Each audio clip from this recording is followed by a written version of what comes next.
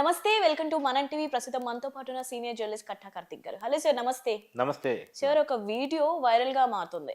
ఏంటంటే గరికపాటి మాజీ వైఫ్ కామేశ్వర్ అనే ఆమె పెద్దామె కొన్ని సంచలన ఆరోపణలు చేసింది. ఏంటంటే 30 సంవత్సరాలు అయిపోతుంది కదా సార్ వాళ్ళ మ్యారేజ్ అయ్యి.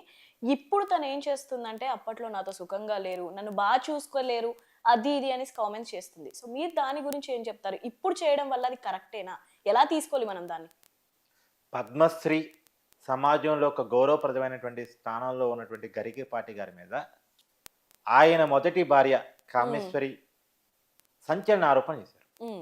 ఒకటి మాత్రం నిజం, ఆరోపణ చేసింది మొదటి భార్యే.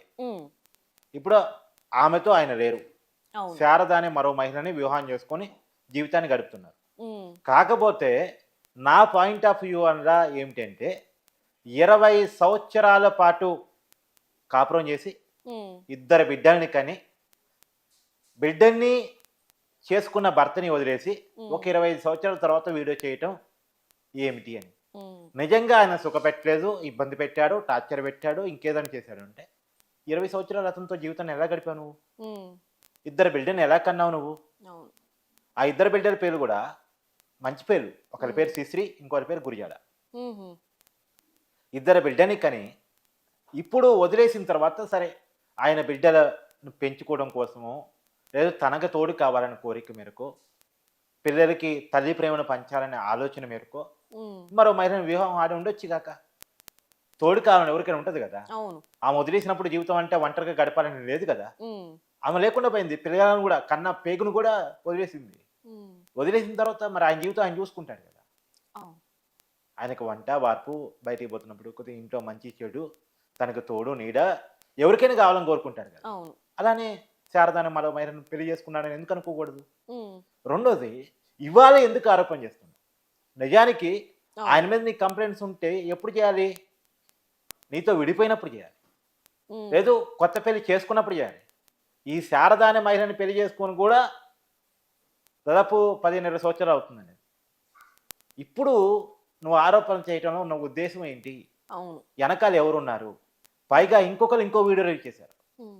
ఇప్పుడు ఈ కామేశ్వరి అనే వ్యక్తి ఎవరో కాదు, గరికపాటి నరసింహరావు గారి సోదరుడు గరికపాటి వెంకటేశ్వరరావు గారు భార్య.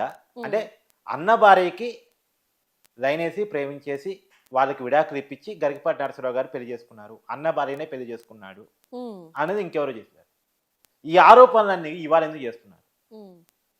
అది నిజమా కాదంటే నాకు తెలిసిన ఎంక్వైరీలో అబద్ధం అని తేలింది. అన్న భార్య కాదు, ఆమె ఒక ప్రిన్సిపాల్, ఈయన ఒక టీచరు. అప్పుడు గవర్నమెంట్ జాబ్ కూడా లేదు ఈయనకి. గవర్నమెంట్ జాబ్ లేని టైంలోనో ప్రేమలో పడ్డారు, పెళ్లి చేసుకున్నాడు, అంతా ఓకే.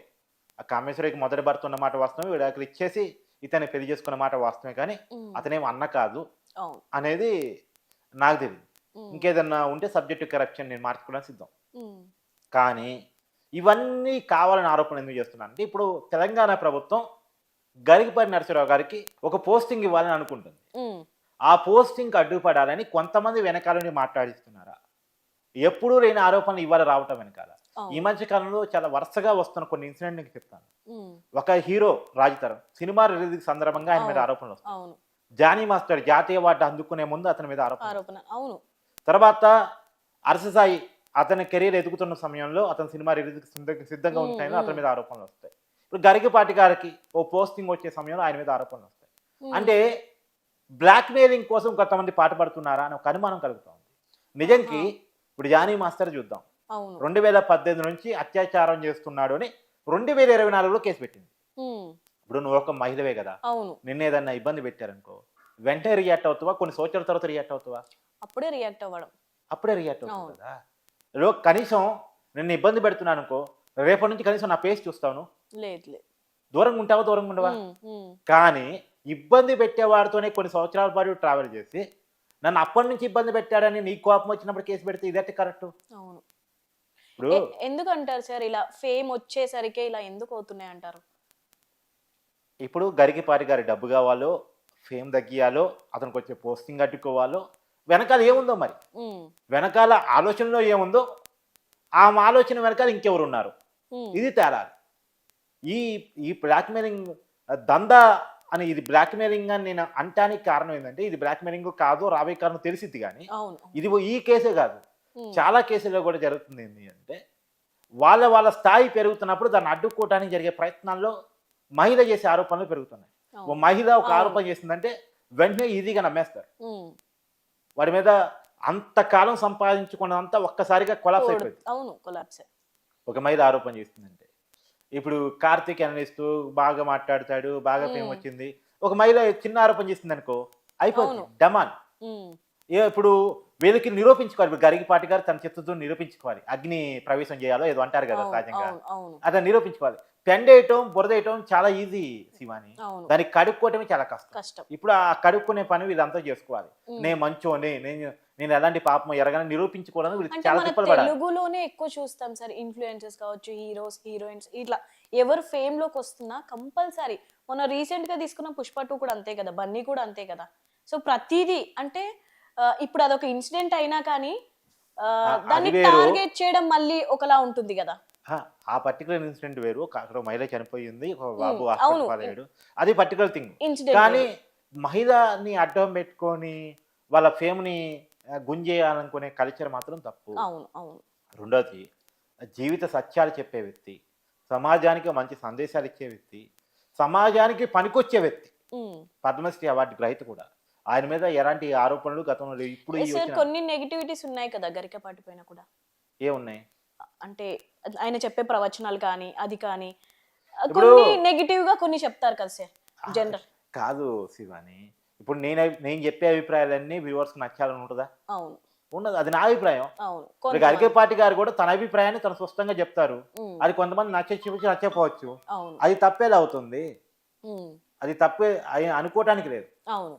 కాబట్టి ఆయన అభిప్రాయాలు ఆయన సూటిగా చెప్తారు. ఇప్పుడు ముహూర్తం ఉంది, ఆయన ఒక డెఫినేషన్ ఇస్తారు. ఆ, రెండోది కర్మకాండలు ఉన్నాయి, ఆయన ఒక డెఫినేషన్ ఇస్తారు. ఆ, అదే ఆయనకి సంబంధించిన విషయం. కానీ పురాణాన్ని, దేవుణ్ణి, హిందూ మతాన్ని ఆయన బాగా జనాలకు తీసుకెళ్ళగలిగిన వ్యక్తి. అవును. సరే కొంత ఆయనకు ఉన్నటువంటి విభేదాలు, భిన్నాభిప్రాయాలు ఉండొచ్చు కాక, ఉమ్, వాట్ ఎవర్ ఆయన సొంత అభిప్రాయం అది. అవును. దాంతో దాన్ని ఫాలో అవుతారు, ఫాలో కాని వాళ్ళు ఫాలో కాదు. అవ్వరు. అవును. అంత అది వేరు. ఉమ్, కంటెంట్ సంబంధించినటువంటి డిస్కషన్ వేరు. అవును. కంటెంట్ కరెక్టా కాదా అని చెప్పేది నిజమా కాదా అంటే అది సపరేట్ డిస్కషన్. ఆ, కానీ ఆయనతో సమాజానికి ఉపయోగపడే వ్యక్తే కదా, అవును. కొన్ని మంచి విషయాలని చెప్పగలిగిన వ్యక్తే కదా, అవును. జీవి సత్యాన్ని బోధిస్తున్నాడు కానీ నేరం చేయమని చెప్పే వ్యక్తి కాదు కదా, ఉమ్, పేకాట ఆడమని చెప్పే వ్యక్తి కాదు, మహిళలను వేధించమని చెప్పే వ్యక్తి కాదు, ఉమ్, తాగి పండుకోమని చెప్పే వ్యక్తి కాదు. వీటన్నిటికీ దూరంగా ఉంటూ నీ వ్యక్తిత్వ వికాసం ఎలా పెరగాలి, సమాజంలో మంచిగా ఎలా బతకాలి, ఉమ్, దేవుడిని ఎలా దర్శనం చేసుకోవాలి, దేవుడి కృపా కటాక్షాలు ఎలా పొందాలి, అవును. హిందూ మతంలో ఎలా మంచిగా బతకాలి అనేటువంటి చెప్పే వ్యక్తి కదా. అవును. ఆ మేరకు మనం అభినందించాలి కదా. ఉమ్, అంటే ఇప్పుడు ఆమె చేసిన ఆరోపణలకి దేనికి అంటారు? అంటే ఆస్తి కోసం కావచ్చా, లేదంటే ఎవరైనా చేయించి ఉంటారు అనుకుంటారా మీ ఒకటి. కేసు ప్రకారం? ఒకటి ఆస్తి కోసం అయి ఉండొచ్చు, ఉమ్, రెండు అతని ఫేమ్ను దెబ్బతీయటం కోసం అయి ఉండొచ్చు, ఉమ్, మూడు అతనికి వచ్చేటువంటి పోస్టింగ్ను అడ్డుకోవటానికి అయి ఉండొచ్చు, దాని వెనకాల ఇంకెవరైనా ఉండి ఉండొచ్చు, ఆ, కావచ్చు. ఎందుకంటే నిజానికి ఆమె గనక ఉమ్, చెప్పాలనుకుంటే సరే అప్పుడేదో విడిపోయాను, తప్పు జరిగింది, అవును. నా భర్త మీద నాకు ప్రేమ వచ్చింది, నా పిల్లని చూడాలని కోరుకుంది, ఉమ్, నా పిల్లని చూడటానికి నాకు అవకాశం కల్పించండి అని అడిగాను అనుకో, ఉమ్, అది ఓకే. అవును. అవును. ఏ తల్లికైనా అడిగే హక్కు ఉంటుంది, అడగటానికి మనం కూడా స్వాగతిద్దాం. ఉమ్, కానీ ఆమె చేసింది అలా లేదు. ఈవెన్ వాళ్ళ పిల్లలు కూడా సీరియస్ అవుతున్నారట ఆమె మీద, ఆ వీడియో డిలీట్ చేయాలని చెప్పేసి ఆమె వార్నింగ్ ఇస్తున్నారట. ఆహా, కాబట్టి కామేశ్వర్ గారు చేసింది 100% తప్పు. ఇది కరెక్ట్ కదమ్మా. ఒక మంచి సమాజంలో పేరున్నటువంటి వ్యక్తి మీద మీరు చేస్తున్న అబండాలు, మీకు నిజంగా ఆయన మీద ప్రేమో గౌరవమో ఏదైనా ఉంటే ఉమ్, అది ఆయన దగ్గరికి వెళ్ళి Public లో చూసుకోవాలి. మీరు కాకుండా. చేసిన తప్పుని కనుక మీరు అవును. ఏదైతే కాగలిగితే అలాంటి వ్యక్తిని నేను అలాంటి వ్యక్తిని నిందించడం అనేది తప్పు. అలాంటి వ్యక్తిని నేను వదులుకున్నాను అనేది కనుక రిలీజ్ అవుతే అతని దగ్గరే ప్రయత్నం చేయాలి. అవును. సరే వాళ్ళ మధ్య ఉన్న ఇబ్బందులు మనకు తెలియదు. ఉమ్, ఇంకొకటి ఏంటంటే ప్రతి వ్యక్తి కోణాలు కూడా కొన్ని చీకటి కోణాలు ఉంటాయి. కంపల్సరీ. అవును. మనకు కనపడని కోణాలు ఉంటాయి. కనపడని కోణాల కోసం కనపడే కోణాలను కూడా మూసేద్దాం అనుకుంటాం చూసావా, అది అవును, తప్పు. అది తప్పు. Yes, right sir. Thank you sir.